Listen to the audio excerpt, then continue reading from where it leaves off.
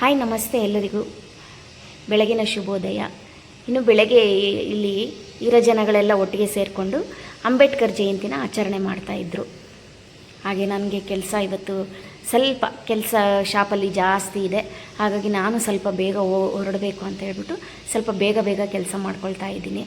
ಮತ್ತು ಶಾಪಲ್ಲಿ ಈ ಟೈಮಲ್ಲಿ ಸ್ವಲ್ಪ ಬ್ಯುಸಿ ಇರ್ತೀನಿ, ಯಾಕಂದರೆ ನಮ್ಮ ಊರಲ್ಲಿ ಕರಗ ಇದೆ. ಈ ಥರ ನನಗೆ ಯಾರೂ ಹೆಲ್ಪರ್ನ ಇಟ್ಕೊಂಡಿಲ್ಲ. ನಾನು ಶಾಪಲ್ಲಿ ನಾನೊಬ್ಬಳೇ ಕೆಲಸ ಮಾಡ್ಕೊಳ್ತೀನಿ. ಈ ಥರ ಸ್ವಲ್ಪ ಸೀಸನಲ್ಲಿ ನನಗೆ ಸ್ವಲ್ಪ ಕೆಲಸ ಜಾಸ್ತಿ ಇರುತ್ತೆ. ಆಗ ಸ್ವಲ್ಪ ಅಡ್ಜಸ್ಟ್ ಮಾಡ್ಕೋಬೇಕು. ಮನೇನು ನನಗೆ ಶಾಪಲ್ಲಿ ಎರಡು ಮೇಂಟೈನ್ ಮಾಡ್ಕೊಳ್ಳೋದು ಸ್ವಲ್ಪ ಕಷ್ಟ ಆಗುತ್ತೆ. ಮತ್ತು ಸಂಜೆ ಬರ್ತಾ ಸ್ವಲ್ಪ ಯೋಚನೆ, ಯಾಕಂದರೆ ಬೆಳಗ್ಗೆ ಸಾಂಬಾರು ಮಾಡಿಲ್ಲ, ನಾನು ರೈಸ್ ಬಾತ್ ಮಾಡಿಕೊಂಡು ಅದನ್ನೇ ಬೆಳಗ್ಗೆ ಮಧ್ಯಾಹ್ನ ಅಡ್ಜಸ್ಟ್ ಮಾಡ್ಕೊಂಡ್ಬಿಟ್ವಿ. ಇನ್ನು ಸಂಜೆ ಬಂದ ತಕ್ಷಣ ಏನು ಮಾಡೋದು ಅಂತ ಹೇಳ್ಬಿಟ್ಟು ಫಸ್ಟ್ ಅನ್ನಕ್ಕೆ ಇಟ್ಬಿಡೋಣ ಅಂತ ಹೇಳ್ಬಿಟ್ಟು ಹಾಗೆ ಎಗ್ಗು ಅನ್ನ ಒಟ್ಟಿಗೆ ಇಟ್ಕೊಂಡ್ಬಿಟ್ಟಿದ್ದೀನಿ. ಎಗ್ ಹಾಗೆ ಬಾಯ್ಲಾಗ್ಬಿಡುತ್ತೆ ಅಂತ. ಮತ್ತು ಪುಳಿಯೋಗರೆ ಗೊಜ್ಜು ಇದೆ, ಜ್ಞಾಪಕ ಬಂತು. ಸರಿ ಕಲಿಸ್ಕೊಂಬಿಡೋಣ ಅಂತ ಹೇಳ್ಬಿಟ್ಟು ಹೀಗೆ ಸಮಯಕ್ಕೆ ಏನೋ ಒಂದು ಗೊಜ್ಜು ಮಾಡಿ ಇಟ್ಕೊಂಡ್ಬಿಟ್ಟಿರಬೇಕು ನಾವು ಕೆಲಸಕ್ಕೆ ಹೋಗೋರು. ಆಗ ನಮಗೆ ತುಂಬ ಹೆಲ್ಪ್ ಆಗಿಬಿಡುತ್ತೆ.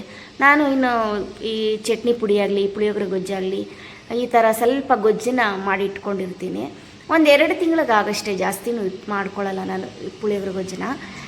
ಯಾಕಂದರೆ ಪುಳಿಯೋಗರೆ ಗೊಜ್ಜೆಲ್ಲ ಸ್ವಲ್ಪ ಮನೆಯಲ್ಲೇ ಇರೋ ಇಂಗ್ರೀಡಿಯೆಂಟ್ಸ್ ಅಲ್ವಾ. ಈ ಕಡಲೆಬೇಳೆ, ಉದ್ದಿನಬೇಳೆ, ಈ ಥರ ಮೆಣಸಿನ್ಕಾಯಿ ಎಲ್ಲನೂ ಮನೆಯಲ್ಲೇ ಇರುತ್ತೆ. ಹಾಗಾಗಿ ನಾವು ಸ್ವಲ್ಪ ಮಾಡಿಟ್ಕೊಂಡ್ರೆ ಕೆಲ್ಸಕ್ಕೆ ಹೋಗಿ ಬಂದಾಗ ಸಾಂಬಾರಿಲ್ಲ ಅಂದ್ರೂ ನಾವು ಅಡ್ಜಸ್ಟ್ ಮಾಡ್ಕೊಂಬಿಡ್ಬೋದು. ಹಾಗಾಗಿ ನಾನು ಅದೇ ಮಾಡ್ಕೊಂಬಿಡೋಣ. ಇನ್ನು ಸಾಂಬಾರು ಮಾಡಿದ್ರೂ ನಾಳೆಗೆ ಆಗಲ್ಲ, ಅಡ್ಜಸ್ಟ್ ಆಗಲ್ಲ ಅಂದ್ಬಿಟ್ಟು ಸರಿ ತಿಂಡಿಗೆ ಅಡ್ಜಸ್ಟ್ ಆಗ್ಬಿಡು. ಸ್ವಲ್ಪ ಮೊಸರನ್ನ ಪುಳಿಯೋಗರೆ ಕಲ್ಸ್ಕೊಂಡು ತಿನ್ಕೊಂಬಿಟ್ರೆ ಆಯಿತು ಒಂದು ಟೈಮ್ದು. ಇನ್ನು ಬೇಸಿಗೆ ಕಾಲ ಆಗಿರೋದ್ರಿಂದ ನಮಗೆ ತಿನ್ನೋದಕ್ಕೂ ಅಷ್ಟು ಊಟ ಅಷ್ಟೊಂದು ಬೇಕು ಅನಿಸೋದೇ ಇಲ್ಲ. ಏನೋ ಸ್ವಲ್ಪ ತಿನ್ನಬೇಕು ಅಂತ ಊಟ ಮಾಡ್ಕೋತೀವಿ. ಹಾಗೆ ನಾನು ಸ್ವಲ್ಪ ಕಟಿಂಗ್ ಮಾಡ್ಕೊಂಡು ಹೋಗೋಣ ಅಂತ ಬಟ್ಟೆ ತೊಗೊಂಡು ಬಂದಿದ್ದೆ. ಯಾಕಂದರೆ ಸ್ವಲ್ಪ ಕಟಿಂಗ್ ಮಾಡ್ಕೊಂಡೋದ್ರೆ ನನಗೆ ಸ್ವಲ್ಪ ಆರಾಮ ಅನಿಸುತ್ತೆ. ಸ್ವಲ್ಪ ಬೇಗ ಕೆಲಸನೂ ಶಾಪಲ್ಲಿ ಕೆಲಸನೂ ಬೇಗ ಆಗುತ್ತೆ. ಹಾಗಾಗಿ ಟೈಮ್ ಇದ್ದಾಗ ಈ ಥರ ತಂದು ಮಾಡ್ಕೊಳ್ತೀನಿ.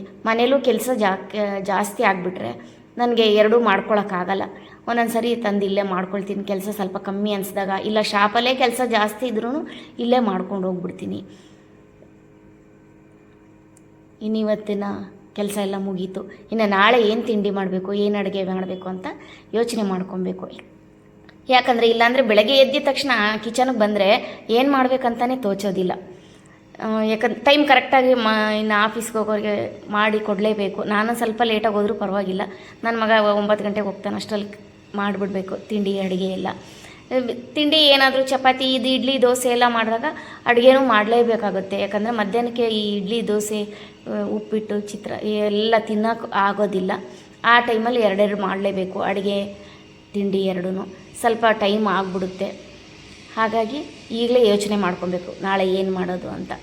ವಾರದಲ್ಲಿ 7 ದಿನ 7 ಥರ ಮಾಡಲೇಬೇಕು. ಸರಿ ಎಲ್ಲ ಆಯಿತು. ಸರಿ ಇನ್ನು ಊಟ ಮಾಡಿ ಮಲಗೋಣ. ಬೆಳಗ್ಗೆ ಇನ್ನು ನಾಳೆ ಬೆಳಗ್ಗೆ ಕೆಲಸ ಕಾರ್ಯಕ್ರಮಗಳಿಗೆ ಪ್ರಿಪೇರ್ ಆಗೋಣ. Thanks for watching. ಇಷ್ಟೊತ್ತು ನನ್ನ ವೀಡಿಯೋ ನೋಡಿದ್ದಕ್ಕೆ ಧನ್ಯವಾದಗಳು.